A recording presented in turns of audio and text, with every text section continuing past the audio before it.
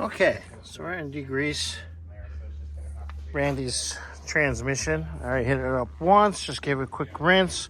Came out really good. It was basically majority of it like that right there. So we're gonna keep on going here. Okay, got the main body nice and clean. Before it goes back in, the bell housing will come off. We'll make sure it gets in the ultrasonic and get really super clean because that's gonna take a lot. So we'll get that done. I'm gonna set this in the bed of the Ranchero and pull the block out and start cleaning it. Guys, getting ready to clean the block. Did the first round, it looks a lot better. You can tell it was the correct color and somebody painted over the wrong color. So just found out this isn't go out and get hot tanks, but I'm gonna get majority of this mush off. So it's ready to go. And then I gotta wipe the cylinders and put a little bit of W40. Make sure they don't rust out. All right, guys.